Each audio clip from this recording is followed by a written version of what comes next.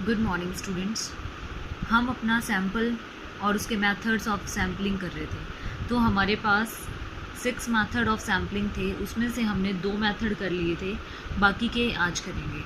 हमारा third method है स्तरित या मिश्रित प्रतिदर्श, मतलब स्ट्रेटिफाइड और मिक्स्ड सैम्पलिंग। आपको नाम से ही पता चल रहा है मिक्स्ड सैम्पलिंग। हमने अभी तक कितने मेथड पढ़े हैं? 2 मेथड पढ़े हैं, एक तो रैंडम सैम्पलिंग का और एक परपोजिव सैम्पलिंग का। रैंडम सैम्पलिंग कौन सी थी? यादृच्छिक विधि, जिसमें लॉटरी मेथड, कुछ भी अपनी मर्जी से उठा लेते हैं जो प्रतिदर्श होते हैं, मतलब जो इस प्रतिदर्श के अंदर जो भी डिसीज़न लेता है कि किसको उठाना है, किसको नहीं उठाना है, या फिर हम ये बोल दें कि इसमें से जो भी वहाँ का मेन वो होता है, जो वो एक बंदे को चूज़ कर लेता है जिसे वहाँ पे कोई नहीं जानता, और उसकी आंखें बंद कर दी जाती हैं और उसमें से क्या उठाई जाती है? स्लिप उठाई जाती है, जिससे उस बंदे को सिलेक्ट कर लिया जाता है। तो वो होती है आपकी यादृच्छिक विधि।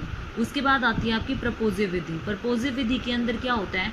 इसके अंदर अनुसंधानकर्ता जो होता है वो टोटल प्रतिदर्श में से ऐसी इकाइयों का चुनाव करता है जो उसकी राय में मतलब एग्जैक्ट अपने सैंपल को रिप्रेजेंट करती हो।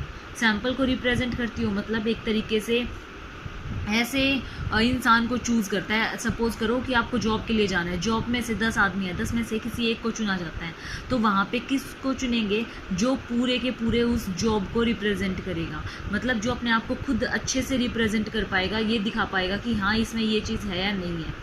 ऐसे ही हमारी मिक्स्ड सैम्पलिंग है। मिक्स्ड सैम्पलिंग में क्या किया जाता है? मिक्स्ड सैम्पलिंग के अंदर इसमें स्ट्रेटिफाइड का मतलब होता है बांट देना। डिफरेंट विशेषताओं के आधार पर जो भी हमारे पास डाटा होता है वो बांट देते हैं। जैसे सपोज करो हमारे पास एक क्लास में 2 सब्जेक्ट के स्टूडेंट्स हैं, मैथ्स और साइंस। हमें उसमें से पूरी क्लास में से टोटल 5 स्टूडेंट सिलेक्ट करने हैं। तो अगर हम उसमें से मैथ्स वाले अलग ना करें और साइंस वाले अलग ना करें, तो ये भी हो सकता है ना कि हमारे पास 4 मैथ के आ जाए और 1 साइंस का आए, या फिर 4 साइंस के आ जाएं और 1 मैथ का आए। तो इसलिए हमें सबसे पहले क्या करना पड़ेगा? उनको अलग अलग डिस्ट्रीब्यूट करना पड़ेगा।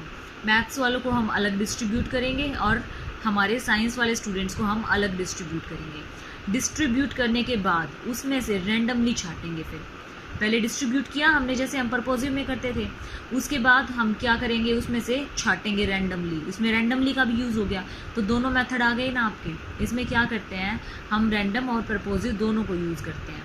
ये किस लिए यूज़ होता है? एक जिसमें हम अलग अलग रिप्रेजेंटेटिव्स को मिलाकर एक कर सकें, ऐसे उसमें ये होता है। ये वो वाला मेथड होता है, वो वाली सैम्पलिंग होती है। अब इसकी मेरिट्स क्या होती हैं, इसके गुण क्या होते हैं? फर्स्ट गुण होता है इसमें अधिक इकाई, अधिक प्रतिनिधित्व की संभावना होती है। अधिक प्रतिनिधित्व का मतलब इसमें जो होता है वो बिल्कुल अलग अलग करके और बिना किसी प्रॉब्लम के इसके में बांटते हैं। बिल्कुल एक्यूरेसी होती है, शुद्धता जिसको हम बोलते हैं वो होती है। दूसरी चीज़, इसमें किसी भी 2 उसके जो होते हैं, मतलब ये बोल देते हैं ना कि 2 के मिक्स हो जाएंगे, नहीं, इस टाइप से नहीं होता। जितनी क्वांटिटी में, जितने अनुपात में हमें जितने स्टूडेंट्स लेने हैं उतने ही अनुपात में हम सिलेक्ट कर सकते हैं। कोई ज़्यादा नहीं आएगा, कोई कम नहीं आएगा, एक्यूरेट रिजल्ट आएगा। इसमें हम क्या कर सकते हैं? एक दूसरे का तुलनात्मक अध्ययन कर सकते हैं, तुलना कर सकते हैं एक दूसरे की कि ये ऐसा है, ये वैसा है, तो इसलिए ये उसमें भी हेल्पफुल होते हैं। तीसरी चीज़ ये जो होती है ये हमारी क्या देती है? एक्यूरेट रिजल्ट देती है, कंक्लूज़न तक पहुंचाती है हमें। कंक्लूज़न मतलब एक निष्कर्ष प्रोवाइड करती है, अगर हम हिंदी में बोले तो ये थी हमारी मेरिट्स। अब आती है हमारी डीमेरिट्स, अवगुण। अवगुण क्या होंगे इसके अवगुण होंगे फर्स्ट पार्ट, ये लिमिटेड एरिया के लिए यूज़ होगी। अगर हमारे पास ज़्यादा स्पेस होता है, लिमिटेड एरिया सीमित क्षेत्र, अगर हमारे पास ज़्यादा एरिया होता है तो वहाँ पे ये यूज़ नहीं हो सकती। सेकेंड पार्ट, इसमें जो है डिफरेंट उसमें हम निकालते हैं स्टूडेंट्स को। मैथ्स वाले हमने अलग किए, साइंस वाले इसमें हमने अलग किए, तो इसमें क्या हो सकती है? इसमें बायसनेस हो सकती है, पक्षपात हो सकता है। क्यों? क्योंकि हो सकता है वो जानता हो, जो अनुसंधान करता है, तो वो उसी को सिलेक्ट कर ले। तो तीसरी चीज़ इसमें क्या होती है? इसमें जो पॉपुलेशन होती है वो बहुत कम होती है।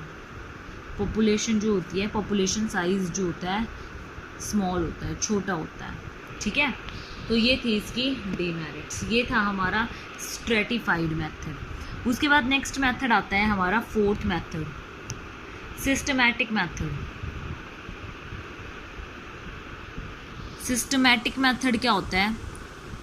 नाम से ही पता चल रहा है, सिस्टमैटिक मेथड, व्यवस्थित, जो एक व्यवस्थित रूप में हो। व्यवस्थित मतलब अगर हमने एक सिलेक्ट किया है, 10 बंदों में से एक सिलेक्ट किया है, तो अगली बार भी हम 10 में से ही एक सिलेक्ट करेंगे। सिस्टम चला आ रहा है कि हमने 5वां बंदा सिलेक्ट करा है, तो अब हम अगला 15वां ही करेंगे। अब हमने 15वां, 10 का डिफरेंस करा है, तो अगला 25वां ही करेंगे, 35th ही करेंगे। ऐसे इस टाइप से हम इसमें क्या कर लेते हैं, पहली इकाई का चुनाव करके उसके अकॉर्डिंग हम प्रतिदर्श निकालना शुरू कर देते हैं। प्रतिदर्श निकालना शुरू कर देते हैं मतलब हमने ये देख लिया कि हमें अपने 100 स्टूडेंट्स में से कितने स्टूडेंट्स चूज़ करने हैं, 10 स्टूडेंट्स चूज़ करने हैं, चुनने हैं। तो क्या करेंगे, पहला हमने स्टूडेंट मान लियो चुन लिया 5वां स्टूडेंट, फिर 15वां चुनेंगे, फिर 25वां चुनेंगे, फिर 35वां चुनेंगे, फिर 45वां, फिर 55वां, फिर 65वां, फिर 75वां, फिर 85वां, फिर 95। कितने हो गए, 1 2 3 4 5 6 7 8 9 10। इस टाइप से हम क्या कर लेंगे, एक व्यवस्था बना लेते हैं। नहीं तो कोई ऐसा होगा कि 5वां चुन लिया, अब ग्रुप बनाए हैं ना, हम ग्रुप में से एक एक को चुन रहे हैं। अगर हम ग्रुप में से 2 को चुन लेते तो वो दूसरे ग्रुप के साथ क्या होती, नाइंसाफ़ी होती। इसीलिए एक सिस्टम से सारा काम होता है इसमें। तो इसकी मेरिट्स क्या होंगी, सिंपल मेथड है। गुण, गुण क्या होंगे, सिंपल और इजी है, सरल विधि है। पहला तो ये हो गया। दूसरा गुण क्या होगा, पक्षपात कम होगा, क्योंकि हम सिस्टम से चल रहे हैं, पक्षपात कम होगा, कम बायसनेस, लेस बायसनेस। ठीक है। अब इसकी डीमेरिट्स, अवगुण क्या होंगे, लिमिटेशंस जिसको हम बोल सकते हैं, क्या होंगी इसकी लिमिटेशंस। पहली, इसमें हमें एग्जैक्ट एक्यूरेट कंक्लूजन्स नहीं मिल पाएंगे, कंक्लूजन हम गेन नहीं कर पाएंगे, निष्कर्ष नहीं निकाल पाएंगे, निष्कर्ष नहीं निकल पाएंगे। दूसरी इसमें क्या होगी, इसमें सभी को समान अवसर प्राप्त नहीं हो पाएंगे। क्यों, क्योंकि इसमें हम 10-10 को छोड़ के चूज कर रहे हैं, तो सभी को समान अवसर नहीं प्राप्त हो पाएंगे। इसलिए हमारे यहाँ पे क्या होगा, एक तरीके से यहाँ पे हमारे यादृच्छिक रैंडम सैम्पलिंग नहीं होगी, random sampling is not present,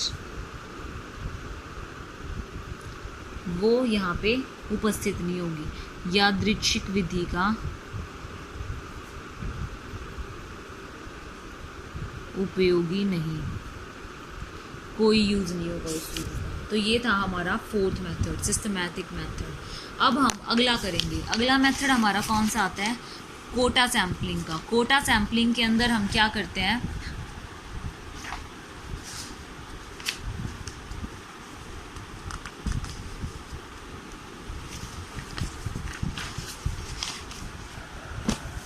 Kota sampling, Kota प्रतिदर्श, ये हमारा 5वां मेथड है, कोटा प्रतिदर्श। कोटा प्रतिदर्श इंग्लिश में भी इसको कोटा ही बोलते हैं, कोटा सैम्पलिंग।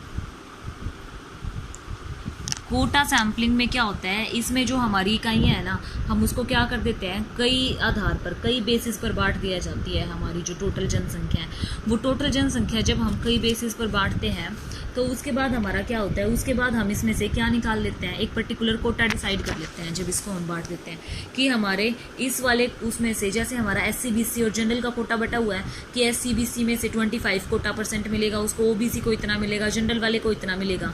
ऐसे ही हम पॉपुलेशन का क्या करते हैं, डिफरेंट पार्ट्स में उसको डिवाइड कर देते हैं उसकी विशेषताओं के अनुसार, और हर एक कोटे में से कुछ प्रतिशत डिसाइड कर लेते हैं, और फिर हम क्या करते हैं, सैंपल सिलेक्ट करते हैं।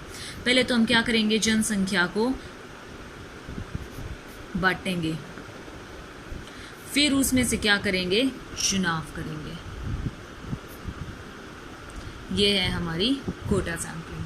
अब आती है हमारा छठा मेथड। छठा मेथड क्या है, सुविधा अनुसार प्रतिदर्श। सुविधा अनुसार, नाम से पता चल रहा है, जो हमारे लिए बिल्कुल सुविधाजनक हो, जिसमें कोई भी प्रॉब्लम ना आए, कन्वेनियंस सैम्पलिंग। इसके अंदर हमारा क्या आता है, इसके अंदर हम क्या करेंगे, जो भी हमें जिस टाइप की हमें पूरी स्वतंत्रता होती है, जिस टाइप का हमें डाटा चाहिए होता है, वो हम यहाँ से डिसाइड कर लेते हैं, वो हम यहाँ से क्या करते हैं, सिलेक्ट करते हैं अकॉर्डिंग टू आवर प्रोस्पेक्टस। तो ये थे हमारे सारे के सारे मेथड्स। अब हम क्या करते हैं, अब हम क्या देखेंगे, रिलायबिलिटी ऑफ सैम्पलिंग डाटा, कि इसकी विश्वसनीयता जो है वो किस बेसिस पर होती है। फर्स्ट, हम उसके ऊपर विश्वास कैसे कर सकते हैं, वो विश्वास कैसे बनता है, तो वो हम देखेंगे। इसकी टॉपिक का नाम क्या है, रिलायबिलिटी ऑफ सैम्पलिंग डाटा।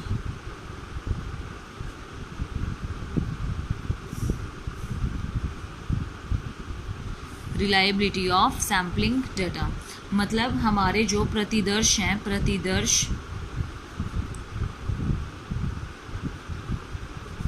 सांख्यिकी की विश्वसनीयता,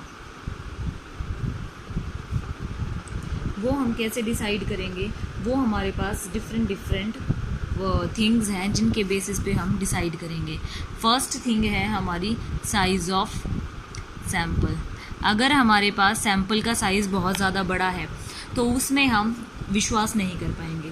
अगर हमारे पास सैंपल का साइज़ छोटा है तो हम इजीली क्या कर पाएंगे, उसमें से सिलेक्ट कर पाएंगे और हर एक के बारे में जान पाएंगे, जिससे क्या होगा, हमारी रिलायबिलिटी ज़्यादा होगी। सेकंड पॉइंट क्या आता है, इसको हिंदी में भी लिख देती हूँ, प्रतिदर्श का आकार। सेकंड पॉइंट आता है हमारे पास प्रतिदर्श की विधि। ये डिपेंड करेगा कि हमारी विधि हम कौन सी यूज़ करते हैं। अगर हम अपनी कन्वीनियंस के अकॉर्डिंग यूज़ करेंगे तो वो कैसी होगी, उसमें बाइजनेस आ सकती है ना, या फिर उसमें चेंजेस आ सकते हैं, इजी सही बढ़िया कंक्लूजन ना निकले।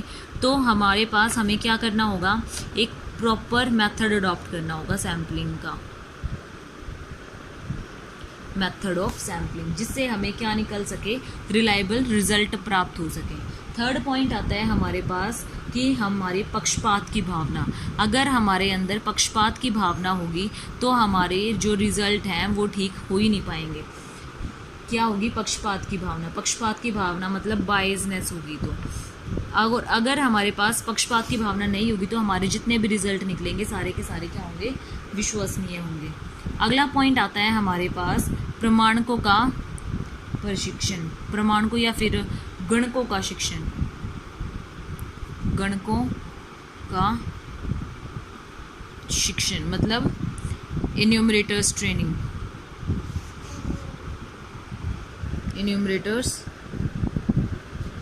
ट्रेनिंग। अगर हम उनको जो हमारे डाटा सिलेक्ट करते हैं सैम्पलिंग में से, अगर हम उनको अच्छी ट्रेनिंग प्रोवाइड करेंगे तो वो क्या हो जाएंगे, शिक्षण उनको ट्रेनिंग प्रोवाइड करनी पड़ेगी ना, तो अच्छा रिजल्ट निकलेगा, हमारा अच्छा डाटा चूज़ होगा। अगर हम उन्हें शिक्षण प्रोवाइड नहीं करेंगे या फिर कुछ बताएंगे नहीं, ट्रेनिंग नहीं प्रोवाइड करेंगे, तो वो डाटा कैसे निकालेंगे, कैसे सिलेक्ट करेंगे, तो उसमें उन्हें प्रॉब्लम होगी।